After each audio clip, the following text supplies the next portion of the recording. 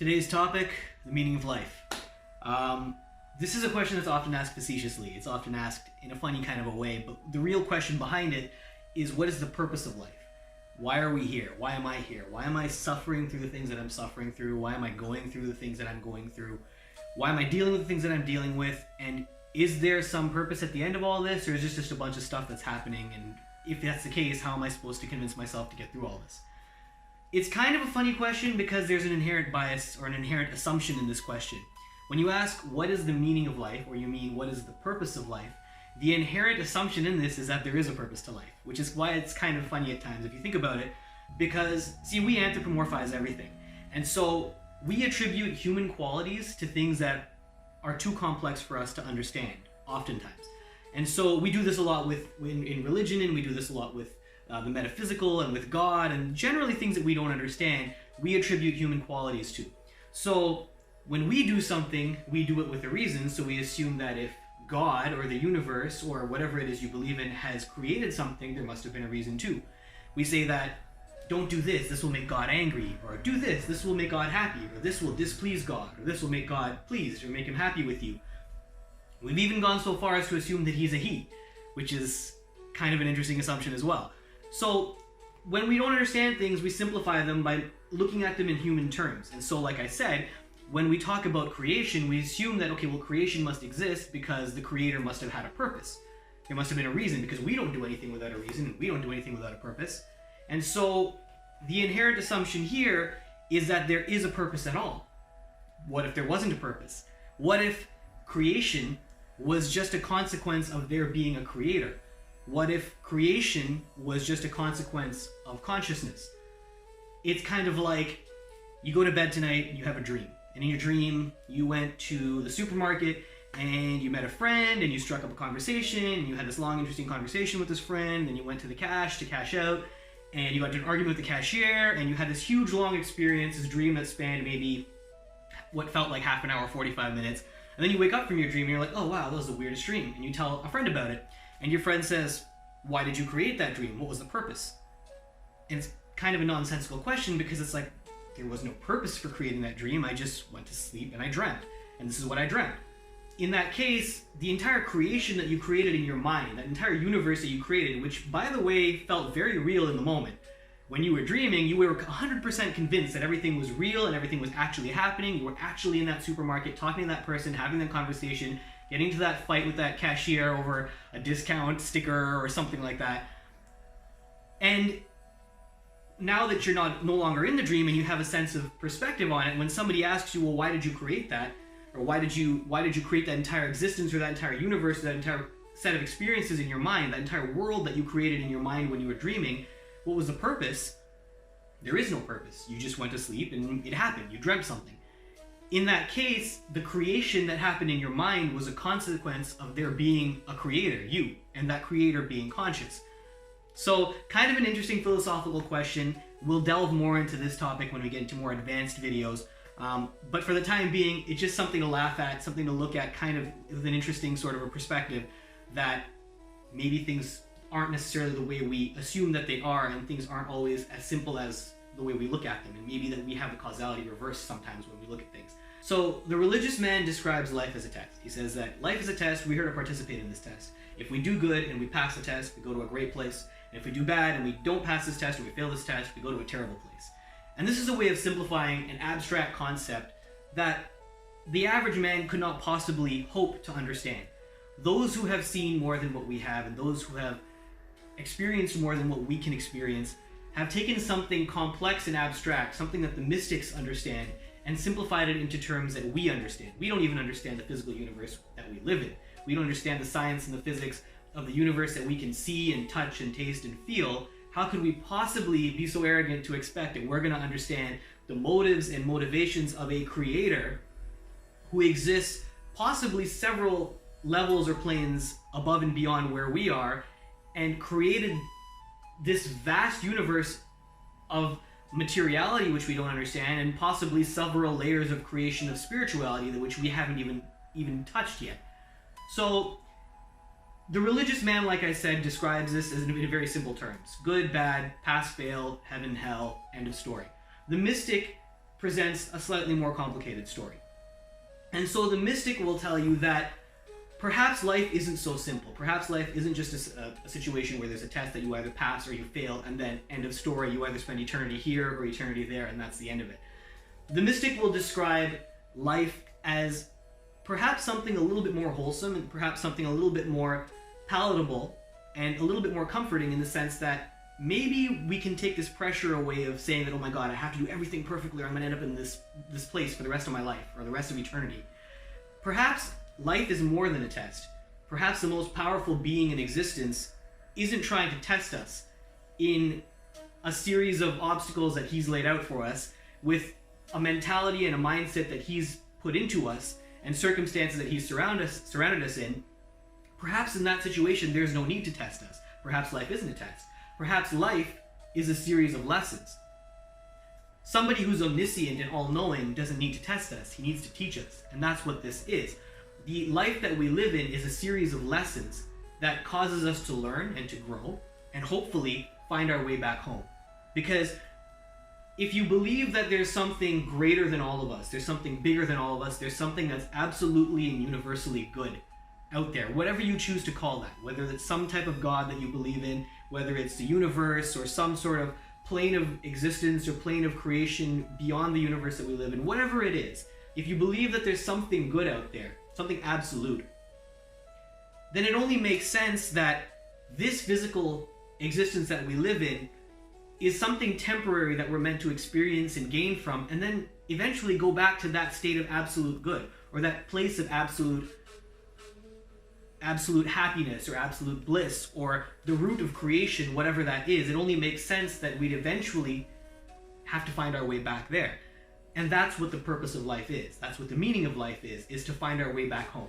Now, to find your way home is kind of an abstract concept. We need to break that down into something that's relatable to the average person who's living an average life and dealing with average problems. Because if I tell you that the meaning of life is to find your way home, to find your way back to absolute goodness and absolute whatever's out there, that doesn't really help you with your day-to-day problems. It doesn't really answer the day-to-day questions and issues that you have. So we need to break that down into something simpler. So we can further break that down by saying that as a function of trying to find your way home, another sort of a sub-purpose of your life is to manifest your desires. Because we have all these things that catch our eye. This looks beautiful, that looks fun, I want to do that, I want to have that, I want to drive this really expensive car, and I want to be with this really beautiful person, and I want to live in this really beautiful place, and I want to do all these really amazing things, and we have all these desires. Until we're able to experience those desires and clear those desires and get them out of our system, there's no possibility for us to be 100% convinced that whatever's out there, which we can't even see, which is not at this stage at least tangible or visible to us, could possibly be the best of all things, that it could possibly be the absolute, the ultimate, the be-all, end-all. We can't possibly hope to understand how good that is if we haven't experienced everything that exists within the world that we live in today. And so part of our purpose is to live through all those desires, experience them, and to understand that though these things are interesting and they're fun for a period of time, at the end of the day, they are ultimately trivial and transient. And that our purpose is to enjoy these things and then learn that they're not permanent and that they don't provide permanent or lasting happiness, and then eventually escalate and move upwards towards higher and higher pleasures until we reach the ultimate state of bliss or the ultimate state of happiness, which is whatever's on the other side. So manifest your desires, experience them, enjoy them, and then move on away from them without attachment. Move on and say, okay, I've experienced this, I've enjoyed this, that was great, and now I'm going to move on and continue your spiritual practice on the side. As far as manifesting your desires, don't lose sleep. Do the best you can in life. Anything that you truly desire will absolutely come to you when the time is right. The time is not always right. You're not always in the right place and in the right circumstances to experience something that you eventually want to experience. But if you truly desire something, rest assured that it will come to you. Because if it doesn't, you can't possibly move on to whatever's absolute out there. Whatever's out there beyond the world that we live in here, you can't possibly reach there until you've exhausted every possible desire in this physical world that we live in, and you've been 100% convinced that none of these things are ever going to give you the lasting happiness and the lasting bliss that whatever's out there will. That whether you call it heaven or you call it being one with the divine or being one with the universe or whatever it is you believe in, you can't believe that that's actually the ultimate experience until you've experienced everything in this life and you're absolutely convinced that it's not the lasting joy you're looking for. And that's why you have to be confident in the fact that anything that you truly desire will come to you in due time. You just have to be patient and wait for it. Work towards it, take cues from the universe, it will eventually come to you. When it does, be grateful for it, appreciate it, enjoy it, experience it, and then move on to the next desire or to the next thing, and constantly try to build yourself spiritually as you go. Another way to break this down is to look at it at a per life basis or a day-to-day basis, or at a more immediate level. Because to say that our purpose is eventually to go find our way back home or to reach somewhere abstract out there, heaven, whatever it is, that's our ultimate purpose, and the sub-purpose below that is to experience our desires, to manifest our desires and enjoy them and appreciate them, is still fairly abstract, and it doesn't answer the question that probably brought you to this video in the first place, which is, why the hell am I going through what I'm going through? Why am I suffering the way I'm suffering? And what do I do about it? And this is where things like astrology, or speaking to a spiritual guide, or having a guru who can guide you through life becomes a little bit more relevant and a little bit more helpful, and we'll talk about things like that in upcoming videos. But it's worth remembering that you can't always control everything in life. You can't always control your circumstances, or the people you have to deal with, or the situations you have to suffer through, or the misery and the pain and the hardship you have to suffer through. You can't always control those things. But the one thing you can control is your mindset, and that's all you're responsible for. Doing your best in life and trying to maintain a spiritual mindset, or a positive mindset, or a mindset that's conducive to spiritual growth and spiritual evolution. And so what that means is, and you can check back on my video on what to do when you're angry, bitter, or resentful, and that'll speak a little bit more on this, but what you can do is constantly train your mind to be opportunistic, to look for, what is the lesson in this? What can I learn from this? What is this experience trying to teach me? And how does that fit in to the bigger picture of my life, in the direction that I'm headed, and the series of experiences that I've experienced in my life? How does this individual experience align with that? And what can I learn from it? If you can learn the lessons that life is trying to teach you, you'll find that the experience of life is much more smooth flowing if you're able to align with it. The more you try to fight and resist the universe and try to fight and resist life when it's trying to teach you lessons, the more difficult your life's going to be. If I throw you into calculus class right now and you're like, I hate this, why do I have to be here? Why do I have to suffer through this? Why do I have to do this boring garbage? I wish I was somewhere else, I wish I was on vacation. That's going to be a really, really, really long semester for you. You're going to hate every second of it. You're going to be miserable. The people around you are going to be miserable. Your peers are going to be miserable. Your teacher's going to be screaming at you all the time. It's just going to be miserable for everybody. But if you can have a sense of humor and say, okay, look, I don't really want to be here, but I got to be here. So let me look for what I can learn from this. Let me take everything in, experience everything, learn what I can, do my best, have a sense of humor about it, have some laughs along the way, and then let's just get through this as quickly as we can and try to gain something from it, try to better ourselves from it. If you can constantly keep yourself in that state of mind, you'll find that the hardships that come to you in life won't seem like hardships anymore. It'll just seem like a bunch of stuff that's happening. And that's the secret, really, to getting through life's obstacles and life lessons and life's challenges. When we say that life is a series of lessons and your purpose is to learn them and to go back home, having a mindset like this will allow you to get through these lessons much more easily. So identify who you are. Establish your identity. Who am I? I'm a father, I'm a son, I'm a brother, I'm a friend, I'm a coworker, I'm an employee, I'm whatever I am. Identify all your identities, whatever they may be. How do you fit into the world around you? And then understand the responsibilities that come with that. As a father, these are my responsibilities. As a brother, these are my responsibilities. As a friend, these are my responsibilities. As an employee, these are my responsibilities. As a citizen of this city or country or of this planet or of this community or of humanity, these are my responsibilities towards my community or towards humanity as a whole. And then fulfill those responsibilities with joy and with integrity. Try to understand that, okay, I'm here to do these things. I can either do them with a smile or I can do them with a frown. Either way, I'm going to have to live up to my responsibilities and learn my lessons, or I'm just going to have to repeat them. Just the way if you fail a class in school, you got to keep repeating it until you get it right. Same thing with life. Until you really understand the lessons that life's trying to teach you, the universe is going to keep throwing you back into the same cycle of experiences, and you're going to be miserable every single time. Be positive, line yourself up, try to understand what the universe is trying to teach you, try to take cues from the universe.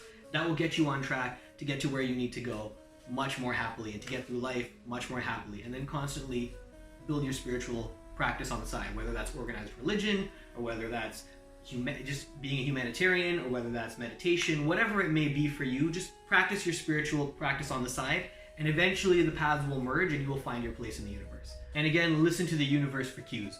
The universe will tell you what it wants you to do. It'll tell you your purpose right here, right now, by forcing you into situations. So every time you're thrown into a situation that you weren't ready for, or you didn't want to do, or a place where you didn't want to be, or doing something you didn't necessarily want to do, that's the universe shifting you to the next lesson. You can either try to resist that and get forced into it and be miserable, or you can either switch and say, okay, you know what? This is where I am right now. I'm going to run with this. And the more you do that, the more easily you'll get through life. The universe will give you signals if you're listening to them. It'll give you hints. It'll give you clues. If you're paying attention to what things are flowing into your life and what things are flowing out of your life, and you sort of move with them smoothly. Or you don't listen to those cues. You don't flow with life. You don't say that, okay, this is what's come to me now. Let me do the best I can with it. You try to resist the universe. You try to resist different directions that you're going in. And then the universe kicks you in the butt and throws hardship at you. So, moral of the story, line yourself up with what happens in life. Always have a positive attitude towards things. Always look for the lesson in everything. And have a sense of humor about everything you're doing. And have a sense of positivity about everything that you're doing. And then you'll line yourself up with the day-to-day lessons that life is trying to throw at you. And you'll learn from them. The more you learn from them, the faster you get through them, the less miserable you are. And you're able to learn the lessons that life is teaching you, so that you're able to ultimately learn the ultimate lesson, which is that all of this is just temporary and transient, and there's something bigger, there's something greater that you are a fundamental and important part of, and that you will ultimately reach that state of being one with everything, whatever that is and whatever that means. And that's it.